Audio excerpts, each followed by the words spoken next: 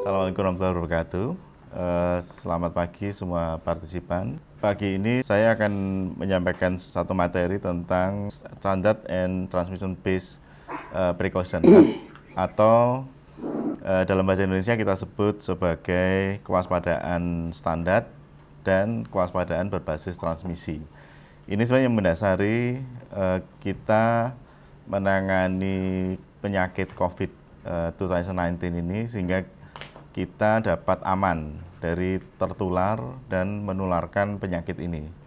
Sebenarnya materi ini adalah materi yang sudah cukup banyak dibahas kalau kita di akreditasi dan sebagainya tentang pencegahan dan pengendalian infeksi. Tapi ini nanti akan coba kami bahas dengan mengkaitkan dengan situasi pandemi COVID saat ini. Kebetulan kami adalah Ketua Satgas COVID-19 di ID Cabang Surabaya, Dr. Arif Bakhtiar sebagai Wakil Ketua. Tujuan sesi ini adalah yang pertama secara singkat untuk memahami konsep dasarnya, karena untuk melakukan sesuatu kita harus setidaknya tahu konsep dasar, yaitu pencegahan dan pengendalian infeksi itu sendiri, kemudian bagaimana memutus rantai infeksi, juga memahami peran kita sebagai dokter dalam mencegah dan mengendalikan infeksi itu. Kemudian selanjutnya kita harus bisa mengimplementasikan apa yang kita ketahui, konsep dasar dan aplikasinya kita terapkan dalam situasi sehari-hari. Ada situasi yang ideal, ada yang pada akhirnya adalah dalam tanda kutip adalah situasi krisis, sehingga kita tidak bisa menerapkan seluruh yang ideal. Maka apa yang bisa kita lakukan? Ada beberapa hal yang bisa kita kerjakan. Juga mengetahui sumber informasi dan konsultasi tentang infeksi COVID-19. Yang pertama, kita kembali dulu ke definisi awalnya, yaitu pencegahan dan pengendalian infeksi. Pencegahan dan pengendalian infeksi adalah upaya pelindungan terhadap komunitas, individu, orang yang sakit, kemudian tenaga kesehatan, dan termasuk pengunjung dan keluarga penderita yang berdekatan dengan orang yang sakit itu. Atau dalam konteks ini bisa saja pengunjung dan keluarga yang berkunjung ke rumah sakit, walaupun sekarang sudah sangat diminimalisir dari tertularnya dan menularkan penyakit di rumah sakit atau di layanan kesehatan lainnya. Ini konsep secara umum pengendalian pencegahan infeksi, maka ada kaidah pencegahan, prevention, dan ada pengendalian atau control. Secara umum pencegahan dilakukan dengan melaksanakan kewaspadaan, yaitu precaution, standard precaution, kemudian transmission based precaution, juga ditambah dengan bundle untuk pencegahan. Sedangkan kontrol itu terhadap penyakit yang umum termasuk hospital associated infection, kemudian ada MDRO, dan kemudian emerging re-emerging disease atau sering disebut dengan istilah PINERE, disingkat sebagai PINERE, kita sering dengar. Sebenarnya PINERE itu adalah kejadian yang sedikit pada situasi normal, tetapi karena sekarang adalah situasi tidak normal, apalagi sudah naik menjadi pandemi, maka emerging dan re-emerging disease menjadi dominan isunya. COVID-19 adalah suatu emerging disease, artinya sesuatu yang mungkin tidak pernah kita temui sebelumnya, sehingga karena ini menjadi dominan, maka ada banyak hal yang harus kita lakukan dan atau kita rombak tata cara kita melakukan sesuatu, karena pada ujungnya biasanya kita akan mendapatkan situasi yang tidak ideal untuk pengendalian dan pencegahan infeksi. Ini konsep penularan. Kita lihat bahwa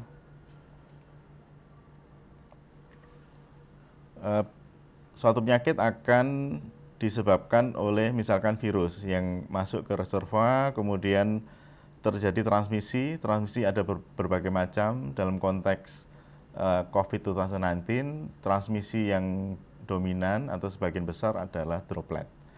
Sehingga pintu masuk droplet akan masuk saluran nafas, kemudian masuk ke host, ada interaksi dari host, Kemudian host itu kalau tetap mengandung virus itu akan menularkan ke orang lain dan akan berputar. Maka yang bisa kita lakukan adalah memotong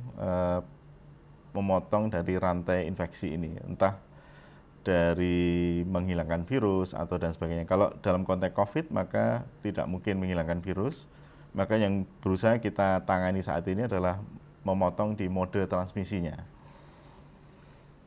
Ini mode transmisi bisa infeksi mandiri dalam artian bahwa misalkan tangannya kotor, kemudian menyentuh mukosa saluran nafas sehingga orang itu tertular dari tangannya sendiri sebenarnya. Atau infeksi silang ini yang sering juga dari orang ke orang, seorang penderita berdekatan dengan seorang sehat, maka yang sehat akan dengan cepat tertular. Kemudian infeksi dari lingkungan, terutama dari publik, bisa saja dari udara atau droplet, dari debu dan sebagainya. Maka untuk mencegah terjadinya infeksi atau memutus rantai infeksi, kita harus menerapkan suatu precaution atau kewaspadaan. Di mana ada dua jenis kewaspadaan. Kewaspadaan lapis pertama adalah kewaspadaan standar. Yang lapis kedua adalah kewaspadaan berbasis transmisi atau transmission based precaution.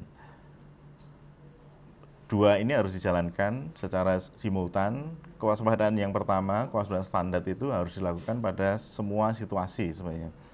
Semua situasi di rumah sakit atau di layanan kesehatan. Artinya ada penyakit atau tidak ada penyakit, ada wabah atau tidak ada wabah, maka lapis pertama ini harus dijalankan. Termasuk adalah misalkan ini kebersihan tangan, penggunaan APD, kemudian etika batuk dan sebagainya. Ini adalah kewaspadaan standar, artinya semua orang harus melaksanakan. Kemudian ditambah dengan kewaspadaan berbasis transmisi, dalam artian bahwa semua penyakit akan punya rute transmisi penularan yang spesifik untuk penyakit itu. Misalkan dalam COVID disebutkan secara proporsi yang terbesar adalah lewat droplet, walaupun ada proporsi kecil airborne, nanti akan di belakang akan disebutkan. Jadi untuk droplet maka kita menerapkan transmisi dasarnya adalah sesuai dengan kewaspadaan untuk droplet. Ini adalah secara rinci 10 kewaspadaan standar atau standar precaution. Kita lihat ada cukup banyak. Ini diterapkan terutama di rumah sakit, tapi kalau kita lihat bahwa ada beberapa hal yang sebenarnya bisa diterapkan di semua layanan. Misalkan hand hygiene, kemudian memakai alat pelindung diri yang tepat, kemudian etika batuk itu bisa dilaksanakan di semua tempat. Lebih bagus lagi kalau precaution ini dituliskan dalam bentuk SPO. Dan ini mungkin sudah mulai dijalankan, tapi masih mungkin belum SPO, hanya berupa poster-poster, misalkan setiap orang harus memakai masker, setiap pengunjung harus memakai masker dan sebagainya. Jadi sebenarnya di samping kita membuat poster-poster peringatan seperti itu, juga lebih baik sebenarnya ada SPO, sehingga SPO itu bisa direvisi setiap saat. Artinya pada saat awal kita melakukan ini, ternyata revisi ini ada masalah atau ini tidak benar, maka revisi berikutnya kita rubah lagi. Revisi tidak harus menunggu 1 tahun, mungkin 1 minggu pun bisa, misalkan seperti itu. Jadi itu lebih baik. Tapi situasi wabah seperti ini memang untuk melakukan koordinasi membuat SPO tidak mudah. Mungkin semua rumah sakit juga tidak mudah untuk membuat catatan tertulis dengan rapi. Maka kita kerjakan apa yang bisa kita kerjakan sesuai dengan situasi masing-masing. Standar precaution ini berarti harus dilakukan pada semua pasien, walaupun ada penyakit, ada infeksi atau tidak. Jadi walaupun suspek COVID atau tidak COVID, atau suspek influenza atau bukan, maka ini semua harus dilaksanakan. Dan juga bila ada risiko kontak dengan misalkan darah atau dengan bersentuhan dengan mukosa tubuh pasien, maka ini harus dijalankan. Yang paling dasar adalah melakukan hand hygiene dengan benar, cuci tangan dengan benar. Maka dalam cuci tangan ini WHO sering mengungkapkan ada istilah 5 moment. 5 moment untuk hand hygiene, yaitu sebelum kontak dengan pasien, sebelum melakukan aseptik, setelah terpapar dengan cairan tubuh pasien atau dengan mukosa tubuh pasien, atau setelah kontak dengan pasien dan setelah menyentuh lingkungan. Menyentuh lingkungan artinya menyentuh di sekitar bed dari pasien. Maka itu adalah saat melakukan cuci tangan. Biasanya kalau dulu perilaku kita, yang mungkin saya juga, yang salah adalah hanya melakukan cuci tangan setelah bertemu dengan pasien. Itu berarti hanya satu momen saja, jadi masih ada yang kurang. Kemudian yang sering kita tekankan untuk cuci tangan, selain dari prosedur cuci tangannya benar, artinya momennya benar, juga kita harus paham setidaknya ada dua jenis cuci tangan, yaitu hand wash dan hand rub. Cuci tangan dengan air atau cuci tangan dengan hand sanitizer, yang cairan sanitizer. Untuk hand wash kita cukup melakukan dengan air dan sabun. Dilakukan bila tangan terlihat kotor atau terkontaminasi cairan tubuh selama 40 sampai 60 detik. Jadi tidak bisa hanya sebentar, tetapi harus durasinya harus diperhatikan betul, sekitar 40 sampai 60 detik. Dan juga cuci tangan juga seharusnya dilaksanakan setelah sekian kali melaksanakan hand rub dengan hand sanitizer. Artinya kalau kita rutin mencuci tangan dengan hand sanitizer, pada titik tertentu kita tetap harus cuci tangan dengan air dan sabun. Jadi tidak satu hari penuh hanya dengan hand sanitizer, karena bisa saja dengan hand sanitizer kulit menjadi lebih lembab dan kotoran bisa lebih tertempel di situ. Kemudian yang saat ini dalam tanda kutip agak ngetren adalah hand rub dengan hand sanitizer, yaitu biasanya adalah hand sanitizer yang berbasis alkohol, yang paling sering, alkohol 70%. Ini untuk karena convenient, maka ini memang banyak dipilih orang, karena dengan mudah kita taruh di kantong, kita cuci tangan dengan cepat. Tetapi yang harus diingat bahwa menggunakan hand sanitizer, durasi waktunya harus cukup juga, yaitu sekitar 20 sampai 30 detik.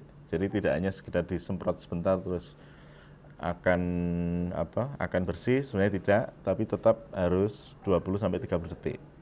Artinya kita mengaplikasikan bahan untuk desinfeksi itu cukup waktu untuk membunuh kuman yang ada di kulit.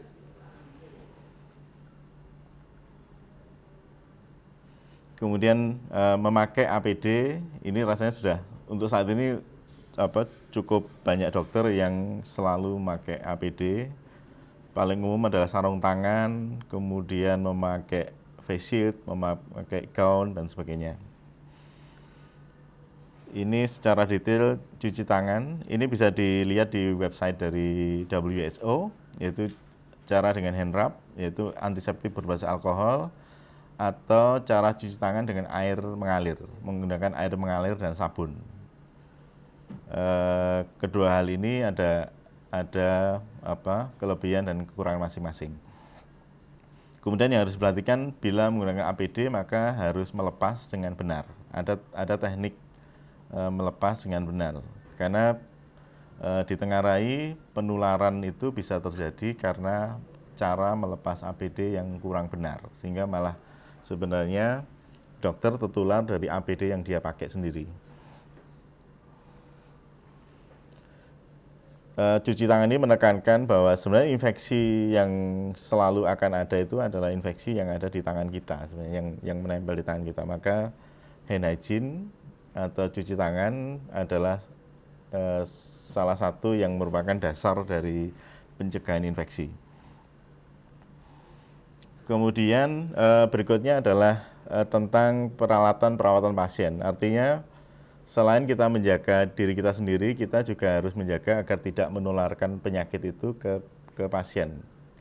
atau menularkan ke pasien yang lain karena mungkin stetoskop kita tidak bersih, maka stetoskop pun harus didesinfeksi, misalkan dengan alkohol dan sebagainya.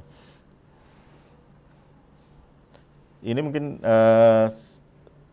yang sering beredar akhir-akhir ini bahwa SARS-CoV-2 itu akan bisa hidup misalkan di plastik selama sekian hari, bahkan ini sekian hari, kemudian di tembaga sekian jam dan sebagainya.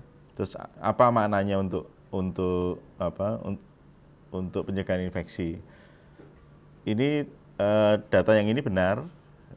Data ini adalah data yang benar, tapi ini adalah suatu data in vitro, artinya virus memang ditunggu untuk hidup sampai sekian lama. Tetapi untuk konteks pencegahan infeksi, maka sebenarnya ini tidak perlu terlalu dipikirkan karena prinsipnya adalah dalam situasi pandemi saat ini, maka yang harus sering dilakukan adalah melakukan cleaning lingkungan, cleaning terhadap alat yang kita pakai, stetoskop terutama ada plastiknya, ada bahan seperti metal mungkin, maka itu harus segera dibersihkan setelah menempel pasien. Artinya kita tidak menunggu virus akan hidup berapa lama, tetapi sesegera mungkin, serutin mungkin kita melakukan kebersihan lingkungan.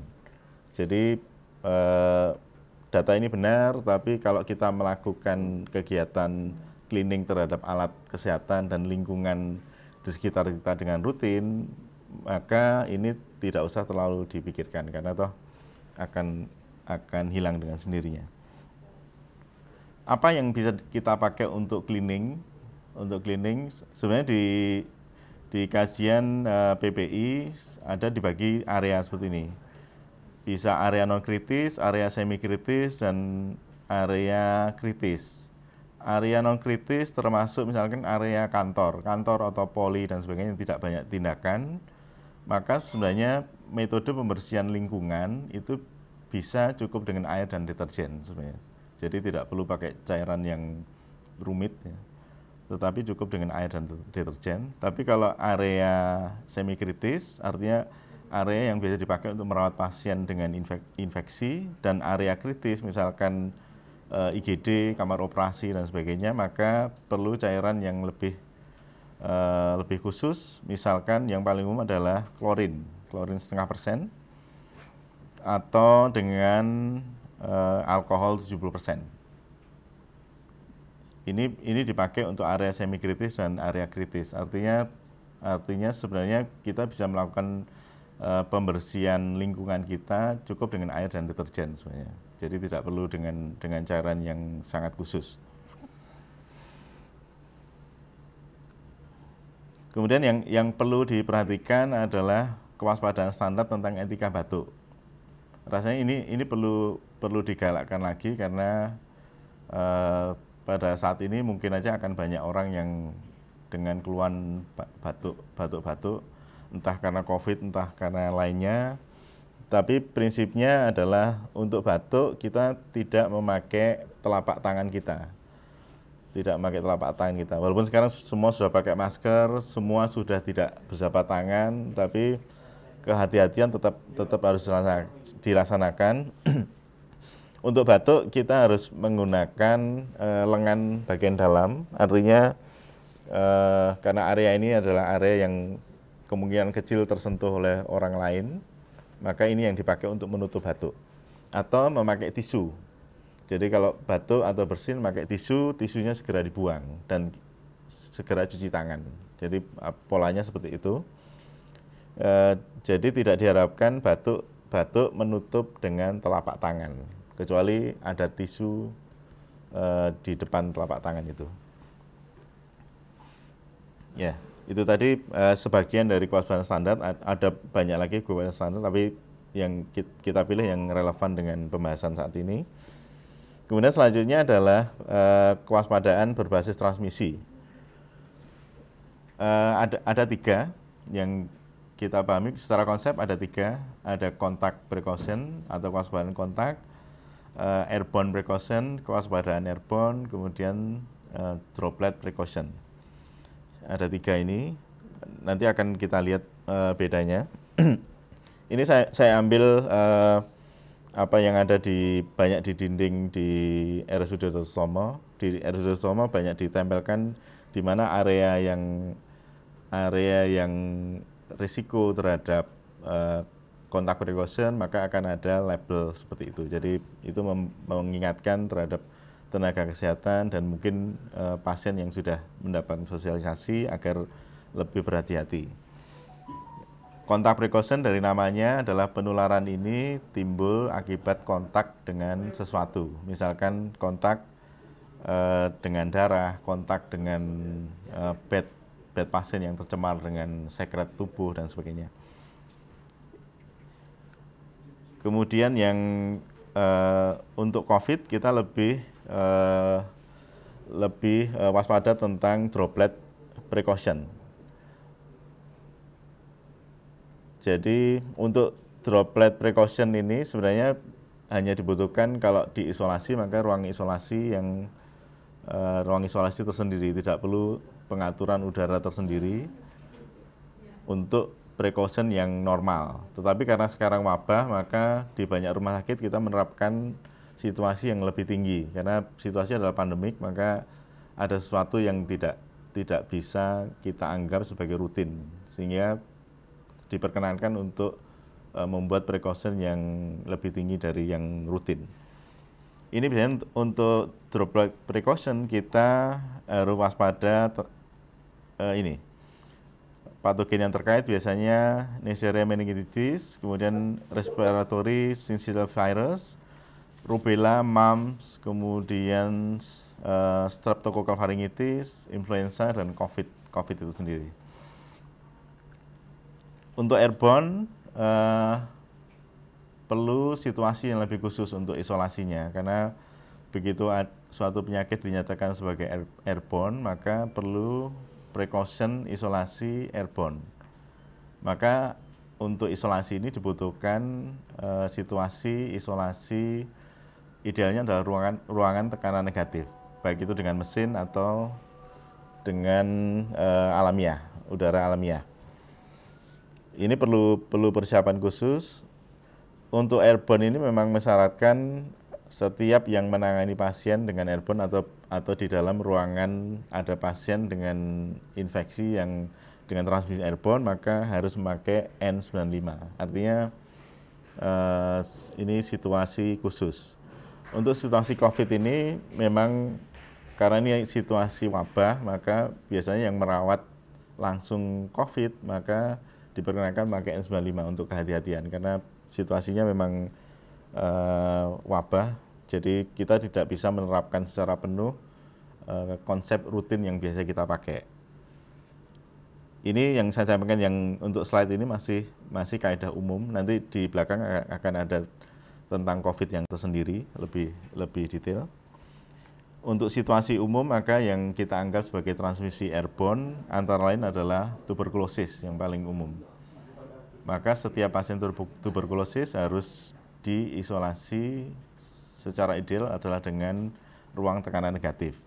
Juga varicella, kemudian measles dan sebagainya itu termasuk airborne. Untuk memudahkan kita memahami apa sebenarnya droplet dan airborne, sebenarnya titiknya adalah di partikelnya.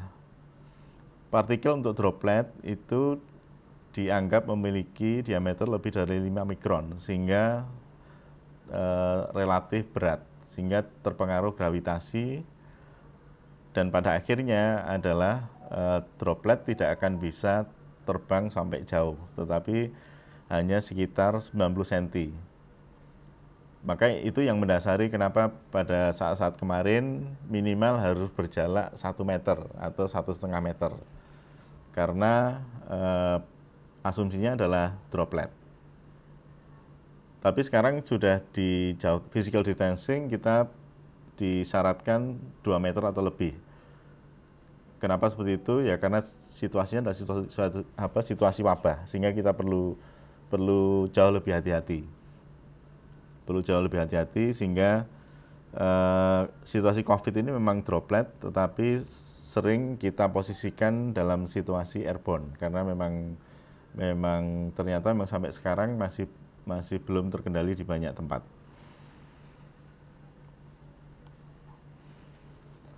Kemudian ini saya ambil dari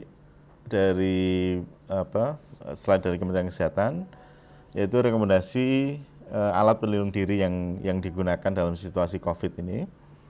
Bisa masker bedah, ini bisa memblokir percikan dan tetesan partikel besar. Kemudian masker N95, ini lebih ketat karena akan menempel di sekitar hidung dan mulut.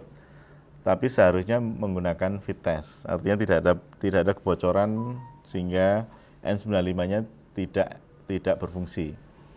Kemudian bisa menggunakan face shield, bisa menggunakan goggles, bisa menggunakan apron di depan atau gown. Bisa sekali pakai atau bisa yang reusable. Ini adalah contoh APD. Contoh APD yang biasa digunakan saat ini. Ini sudah situasi khusus, artinya sudah berbeda dengan situasi rutin yang biasa kita lakukan. Masker bedah, masker N95, pelindung wajah atau face shield, ini goggle, ini gown, ini adalah apron, ini sarung tangan, ini penutup kepala. Ini yang paling umum dipakai. Tentang coverall nanti akan ada tersendiri, akan ada komentar tersendiri. Jadi alat pelindungan diri sesuai kegiatan pelayanan. Artinya di setiap tempat itu ada tanda kutip seperti ada zona. Artinya tidak semua orang menggunakan APD yang sama atau menggunakan APD yang maksimal. Karena dengan semua orang menggunakan APD yang maksimal, maka tentu saja akan berakibat berkurangnya stok, sehingga terjadi krisis APD dan sebagainya. Di banyak tempat ada banyak yang mengeluhkan krisis APD dan sebagainya, maka mungkin kita bisa melihat apakah sudah tepat tidak penggunaan APD pada zona-zona yang sesuai. Artinya, misalkan ini, petugas screening maka cukup pakai masker medis. Ini saya ambil dari WHO.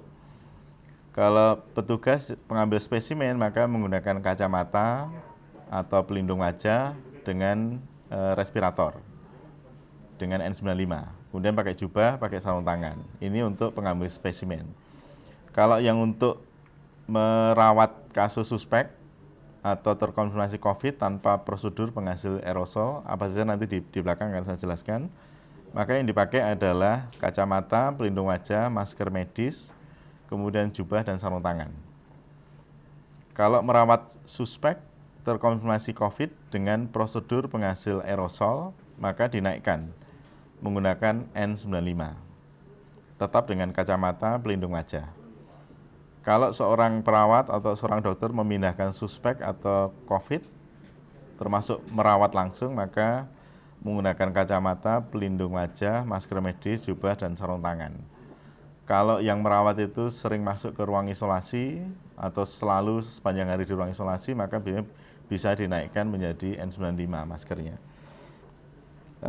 Banyak situasi ini adalah situasi yang sesuai WHO, tetapi dalam situasi wabah ini seringkali diperkenankan untuk menggunakan misalkan perlu N95 untuk kondisi tertentu, maka biasanya masih diperkenankan. Cuma kalau setiap orang di rumah sakit pakai N95 pasti akan mempengaruhi stok dari N95. Karena situasi di dunia sekarang, di dunia saat ini rasanya yang mengalami krisis APD itu rasanya banyak negara yang mengalami itu. Ini komentar tentang coverall atau mungkin ada yang menyebut hazmat suit dan sebagainya. Ini saya ambil dari Juknis Kementerian Kesehatan. Ini baru terbit tanggal 8 kemarin. Jadi COVID 2019 adalah penyakit pernafasan yang berbeda dengan Ebola. Kenapa dibandingkan dengan Ebola? Karena sebenarnya coverall itu dulu selalu dipakai dalam kasus Ebola. Sehingga coverall itu disebut sebagai APD Ebola. APD untuk Ebola karena memang penularannya memang kontak sebenarnya. Kontak dengan cairan tubuh maka Ebola sudah langsung menular. Berbeda dengan COVID. Sehingga dalam situasi ini secara spesifik coverall tidak dipersyaratkan saat mengelola pasien COVID-19. Dalam artian sampai saat ini tidak ada rekomendasi WHO dan CDC untuk menggunakan coverall untuk merawat pasien COVID-19. Memang akan kontroversial, tapi selanjutnya kita serahkan pada situasi layanan masing-masing. Karena pada situasi wabah seperti ini, apalagi emerging disease, tentu saja ada banyak hal yang masih belum kita ketahui.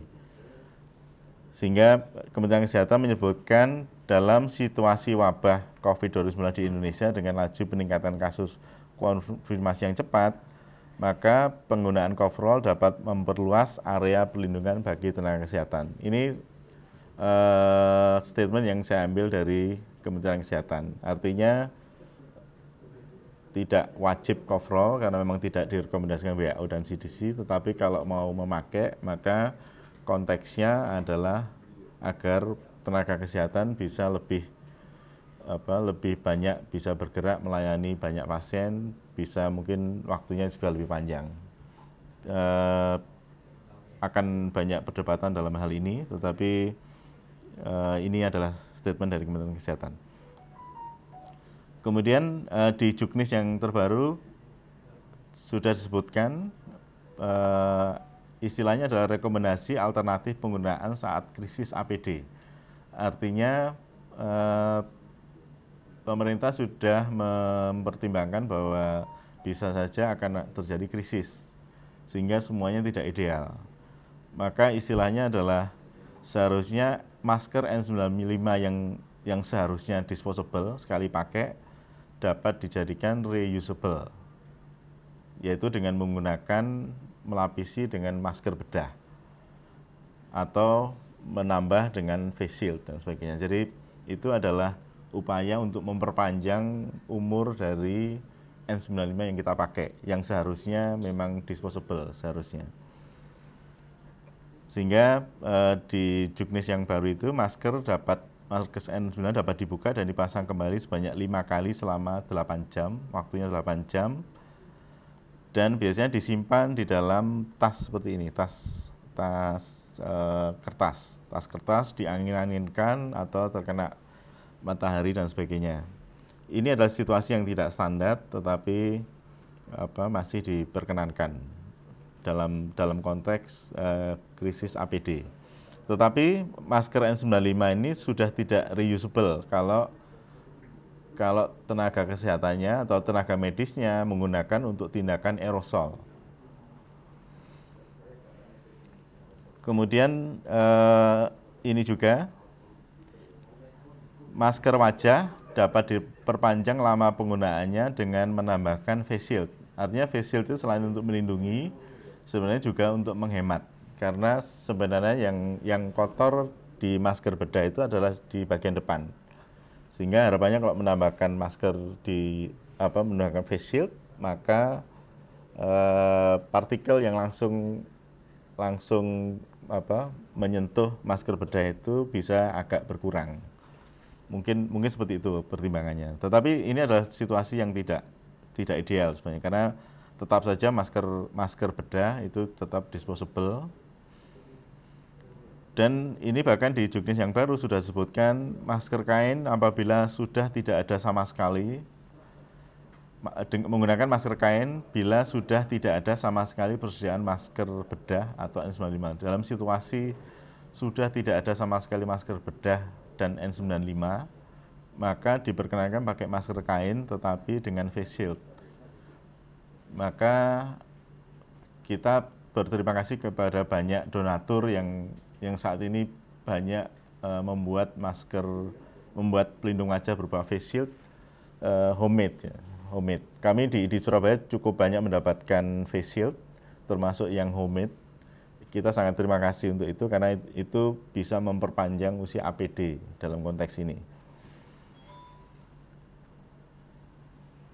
Kemudian dalam penggunaan APD yang penting adalah 4 unsur, yaitu indikasi penggunaan. Artinya tidak semua APD itu digunakan pada setiap saat maksimal. Artinya semua orang menggunakan coverall semua dan sebagainya, itu akan menghabiskan sumber daya APD.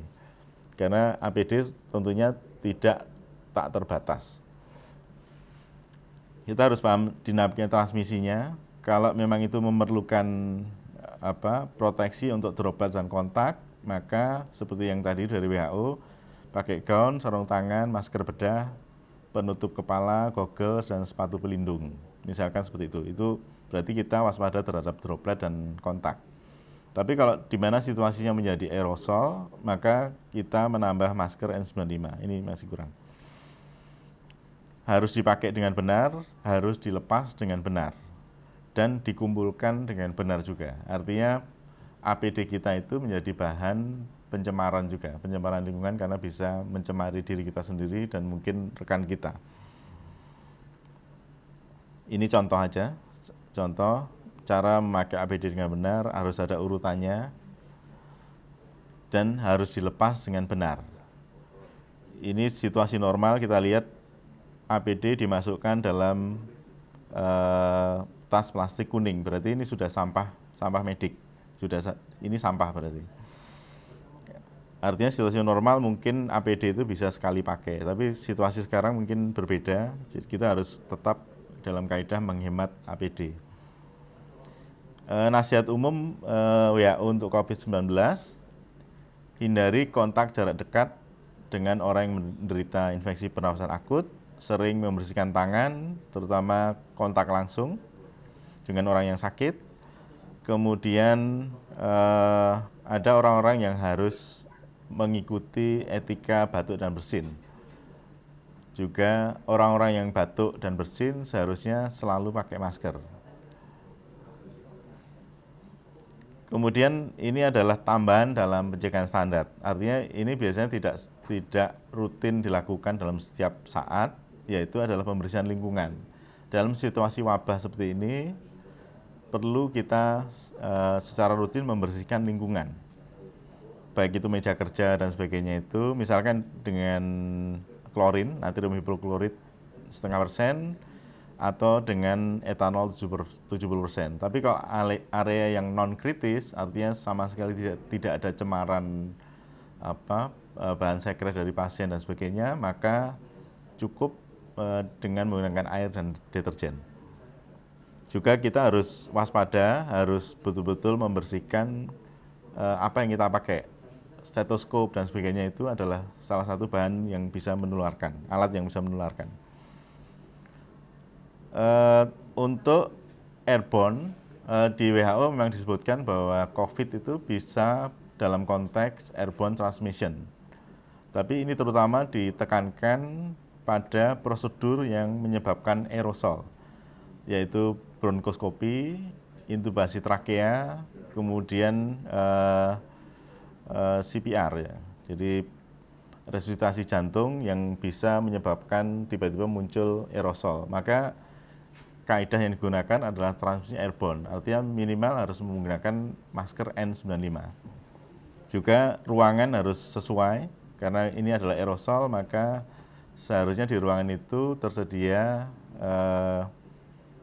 sirkulasi yang baik, sehingga tidak mencemari lingkungan di situ. Ini key message terakhir dari kita adalah dari ID Cabang Surabaya kita menekankan bahwa sebaiknya untuk saat ini karena semakin berkembang situasi pandeminya di sekitar kita, maka mungkin lebih baik semua orang menggunakan masker untuk mencegah menularkan dan tertular COVID-19. Kalaupun menggunakan masker kain, maka minimal kita mencegah menularkan. Karena kalau ada batuk, bersin, atau mungkin udara nafas kita yang mengandung virus, maka itu bisa tertahan oleh masker. Artinya setiap orang tidak saling menularkan. Kemudian tetap jaga jarak setidaknya 1-2 meter. Ini berarti social distancing, physical distancing. Kemudian cuci tangan secara rutin dan benar, kemudian bersihkan lingkungan kerja dengan desinfektan secara rutin juga, dan pakai APD sesuai kebutuhan. Karena kita tetap harus menghemat APD, karena situasinya tidak mungkin kita membuat semuanya ideal, dan kita tahu pasti bahwa APD yang tersedia di sekitar kita itu tidak tak terbatas, sehingga artinya kita harus bijak dalam menggunakan APD. Ya, dan penekanannya adalah infeksi control adalah urusan semua orang sebenarnya. Banyak orang yang terlibat, banyak situasi yang terlibat, sehingga kita perlu melibatkan semua orang agar tahu dan melaksanakan hal yang benar. Ya, terima kasih. Sekarang saatnya untuk diskusi. Silakan yang mau mengajukan topik untuk diskusi. Dr.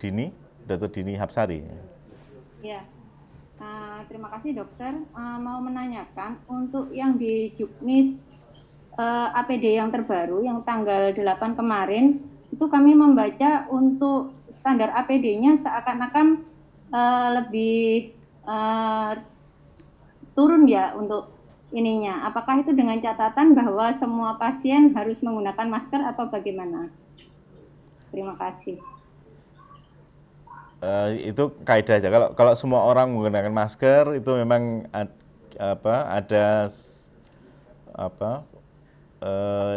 itu adalah salah satu strategi aja, sehingga semua orang setidaknya tidak menularkan ke orang lain, seperti itu. Tapi apakah itu efektif atau tidak, ya akan kita lihat. Tapi setidaknya dari pemerintah sudah setuju untuk itu, artinya semua orang pakai masker apapun sebenarnya, masker apapun, karena masker apapun itu minimal bisa tidak menularkan ke orang lain. Tapi apakah bermakna protektif? Mungkin tidak selalu, karena masker kain pasti lebih rendah dari masker bedah. Dan masker bedah lebih rendah dari N95. Kalau tadi yang saya jelaskan di Juknis apa kelihatan turun, sebenarnya sih tidak juga, karena sebenarnya dari awal WHO dan CDC juga masih seperti itu. Hanya penekanannya adalah yang terbaru adalah penggunaan masker itu. Semua orang pakai masker, bahkan CDC sempat menyiratkan bahkan kalau tidak ada masker pakai bandana juga tidak apa-apa. Artinya sekarang perlu untuk semua orang tidak menularkan, karena mungkin kita tidak tahu, saya sendiri juga tidak tahu apakah saya COVID atau tidak, juga tidak tahu. Jadi paling aman adalah kita berusaha tidak menularkan ke orang lain, gitu aja. Jadi kewaspadaan untuk semua orang. Baik, terima kasih dokter. Yeah. Dokter Ilhaini. Ilhaini.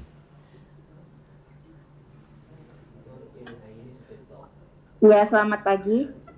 Iya, yeah. Dokter Nur, silakan. Iya, dok. Ini kan kita kalau misalnya orang dewasa penggunaan masker, terus mungkin anak-anak, halo, apakah dengar dok? Iya, saya dengar.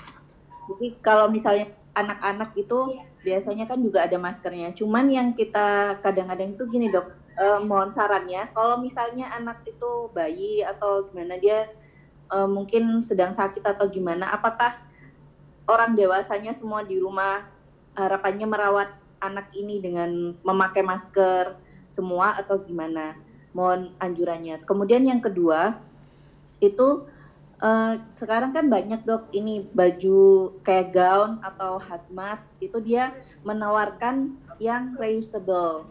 Nah, itu menurut saran dokter, itu penanganannya gimana pada saat kita mereuse-nya lagi? Itu dia soalnya kan gini dok, nggak semua rumah sakit itu menyediakan. Jadi kadang-kadang tuh dokternya kayak menyediakan sendiri. Kemudian, nah kita itu cara menerapkan untuk misalnya nyucinya atau gimananya itu menurut saran dokter bagaimana? Mohon sarannya. Terima kasih. Ya, pertanyaan pertama mungkin saya jawab. Kalau ada bayi yang misalkan ada bayi yang sakit, maka memang bayinya sendiri sebaiknya tidak usah pakai masker yang jelas, karena Karena juga kalau bayi seandainya batuk atau bersin juga tidak akan terlontar cukup jauh. Tetapi sebaiknya memang yang merawat di rumah itu tetap pakai masker, karena kita tidak tahu apakah bayinya sakit apa, juga tidak tahu.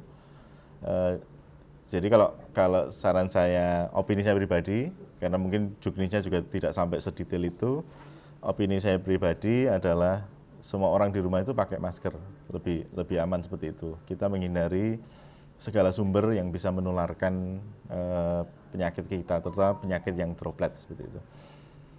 Kemudian yang kedua adalah tentang coverall yang reusable. Ada memang beberapa coverall yang sifatnya reusable. Memang dari awalnya memang reusable, artinya itu standar dan reusable. Tetapi biasanya reuse-nya itu tidak tak terbatas. Artinya kadang cuma 5 kali pakai sudah akan rusak dan sebagainya. Karena untuk coverall yang standar adalah pasti water resistant dan biasanya ada lapisan dalamnya. Maka biasanya kalau setelah dicuci maka water resistance-nya akan rusak atau lapisan dalamnya rusak. Tapi banyak coverall yang bahkan hanya sekali pakai sebenarnya, sekali pakai. Dalam menggunakan coverall seperti itu, dokter harus hati-hati karena kaidah dari penularan itu kita mencegah agar tidak menularkan dan tidak tertular. Dengan memakai coverall untuk pertama kalinya maka insya Allah kita tidak tertular. Tetapi waktu membuka kita bisa saja tertular dari coverall itu. Kemudian kalau coverall itu tidak dicuci dengan baik maka itu bisa menulari kita sendiri, selanjutnya akan menulari kita sendiri atau menulari orang lain. Maka biasanya coverall yang ideal dalam tanda kutip itu sekali pakai paling mudah. Lebih mudah itu karena tidak perlu untuk cleaning. Tetapi kalau perlu cleaning maka minimal ya kita terapkan apa yang kita ketahui. Misalkan direndam dengan cairan desinfektan misal klorin kan banyak tersedia di pasaran, walaupun sekarang juga mulai habis juga, stoknya juga mulai habis. Tapi bisa misalnya direndam klorin atau direndam deterjen selama 30 menit atau lebih. Jadi seperti itu hanya meminimalkan. Apakah itu ideal? Rasanya tidak ideal karena tidak ada panduan yang bagus seperti itu. Tapi minimal kita secara logis kita berusaha meminimalkan koloni dari kuman itu di dalam di permukaan dari coverall atau APD lain yang kita pakai itu. Ya mungkin demikian.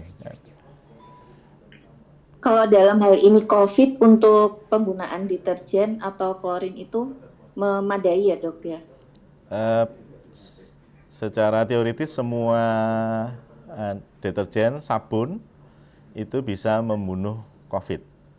Karena di COVID ada lipid bilayer, kalau ada lemak itu maka dengan sabun apapun sebenarnya akan mati, lipid bilayernya akan rusak. Tetapi yang perlu diperhatikan adalah itu tidak rusak hanya dalam satu sentuhan, misalkan 1 detik.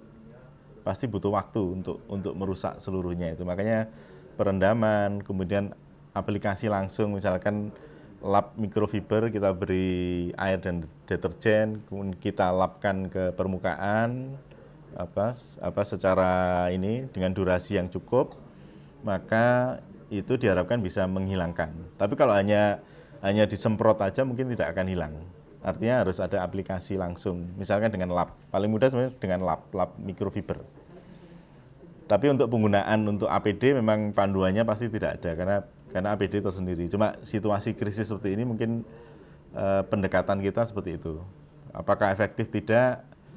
Ya rasanya belum ada penelitian seperti itu, belum ada. Jadi kita bermain aja kita pakai kaidah dasarnya dulu karena juknisnya untuk reuse APD itu pasti agak sulit dicari. Ada permisif dari juknis Kemenkes ada beberapa, tapi rasanya tidak termasuk untuk mereuse atau merendam dan sebagainya, rasanya tidak ada di situ. Ya mungkin demikian. Terima kasih dokter. Ya, sama. Dr. Nurul Kasihan. Ya. Selamat, silakan dok. Selamat siang dok, selamat pagi dok. Iya pagi. Iya, ini saya mau tanyakan kan mungkin kita tahu bahwa untuk COVID ini sendiri penularannya melalui droplet ya dok ya. Ya. Dan tidak menutup kemungkinan untuk pembentukannya suatu aerosol itu sih dok. Nah, ingin saya tanyakan terbentuknya aerosol atau dalam situasi seperti apa terbentuknya aerosol itu? Apakah di luar ruangan atau di dalam ruangan itu yang beresiko untuk penularan secara aerosol itu? Kemudian mungkin yang kedua dok, pengaruhnya AC dok di dalam ruangan terkait penyebaran atau penularan COVID itu seperti apa dok? Untuk situasi aerosol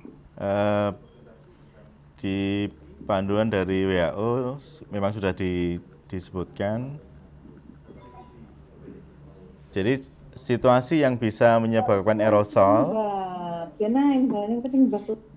itu akan muncul pada prosedur tindakan medis yang menyebabkan aerosol. Jadi tidak terjadi pada situasi sehari-hari. Artinya itu situasi medik yang memang kita memanipulasi saluran nafas. Misalkan dengan bronkoskopi atau intubasi trakea atau pemberian tekanan pada saat resusitasi jantung paru yang dapat mengeluarkan aerosol. Artinya yang bisa mengeluarkan aerosol itu hanya beberapa tindakan medis saja. Secara umum sebagian besar penularan dari COVID adalah droplet. Jadi kenapa penggunaan masker bedah masih diperbolehkan? Kalaupun di ruang isolasi dan semuanya pakai N95, memang karena situasi wabah kita atau banyak rumah sakit menaikkan sedikit precaution-nya. Jadi itu diperbolehkan selama ketersediaan APD-nya masih memadai. Itu yang bisa saya jawab tentang aerosol. Kemudian yang kedua tadi, mohon maaf saya lupa, tidak saya catat. Terkait ini dok, untuk penggunaan AC ya. Itu gimana dok? Ya, AC ini di slide ini sudah ada. Jadi sebenarnya di dalam ruang AC kalau betul-betul tertutup, maka bisa saja ada resiko COVID akan bisa menyebar. Tapi kan karena itu adalah droplet dan misalkan dropletnya itu tidak dimodifikasi oleh kencangnya AC, maka biasanya bisa diabaikan. Maksudnya AC tidak secara langsung bisa menyebarkan. Secara kenyataan kita lihat bahwa banyak kantor menggunakan AC, di tempat kita juga banyak AC. Ada pasien COVID, itu pun tidak sampai menyebar ke seluruh ruangan. Artinya dalam situasi normal mungkin AC masih bukan merupakan suatu faktor yang secara langsung menyebabkan penularan di dalam orang satu ruangan itu. Tapi untuk kehati-hatian makanya kita mengambil jalan untuk kehati-hatian, semua orang pakai masker itu aja biar lebih safe untuk semua. Memang kalau ruangan ideal memang harus ada aliran udara sekian liter per second di ruangan itu seharusnya. Tapi melihat situasi yang saat ini juga belum ada panduan tentang AC, artinya tidak ada warning tentang bahwa memakai AC akan bisa menulari orang satu ruangan. Maka untuk AC belum menjadi salah satu faktor yang perlu kita waspadai. Tetapi mungkin yang perlu kita tambahkan untuk lebih waspada adalah masker. Masker apapun dipakai oleh semua orang, seperti yang dianjurkan oleh pemerintah akhir-akhir ini. Ya mungkin demikian. Ya, terima kasih dok. Ya. Ya, satu lagi dari Dr. Stefanus mungkin. Dr. Stefanus. Pagi dok. Ya, pagi. Saya minta informasi dok, ini untuk airborne, itu kan memang tadi dikatakan bahwa kalau jarak 2 meter, tadi saya lihat gambarnya memang bisa terjadi transmisi. Ya. Bagaimana dengan vertikal? Maksudnya dalam arti begini, ini ruang praktek saya kebetulan bentuknya ruko. Ya. Dan kami tanpa sekat di lantai 2 itu rumah tinggal kami. Nah, Ya, menurut logika saya sih mestinya nggak bisa ditransmisi ya dok, karena dia ya, hanya udara bertempat di lantai 1. ya, Gimana dok? ya. Makanya untuk di tempat praktek, apalagi praktek yang jadi satu dengan rumah, maka sebaiknya tidak melakukan prosedur yang beresiko untuk timbul aerosol. Karena kalau aerosol itu berarti partikelnya lebih kecil kurang dari 5 mikron. Kalau sudah kurang dari 5 mikron, maka itu akan bisa melayang-layang satu ruangan sebenarnya. Melayang satu Sementara ini ruangan. saya antisipasi pakai air purifier sih dok. Akhirnya saya Ya, memang dari ya, dulu persediaan air purifier mesin alat khusus itu dari elektronik tertentu itu ya, di dekat tangga. Jadi harapan saya sih bukan menyedot, dan setiap pagi ini pintu-pintu saya bukain semua biar ada aliran udara. ya. Apakah betul dok? Kami setuju dok. Kalau penggunaan air purifier ada panduan lain dari luar negeri untuk menggunakan air purifier dengan thank you. spek tertentu itu diperkenankan, dan juga bahkan ada yang menganjurkan juga, walaupun itu belum ada di panduan di kita di Kemenkes, tapi di Amerika setidaknya sudah ada panduan tentang itu. Maka yang bisa dicegah ada dua, yaitu mencegah tidak melakukan tindakan yang menimbulkan aerosol di ruangan itu, kemudian ya semua pakai masker gitu aja, jadi lebih safe. Ini situasi wabah yang mungkin belum sepenuhnya kita ketahui, jadi kita lakukan yang safe, yang visible, yang terjangkau oleh kita, tidak berlebihan, tapi secara logis masih bisa diterima.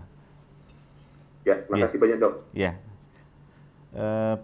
mungkin karena waktunya sudah ini agak terlalu panjang sebenarnya. Mohon maaf agak molor.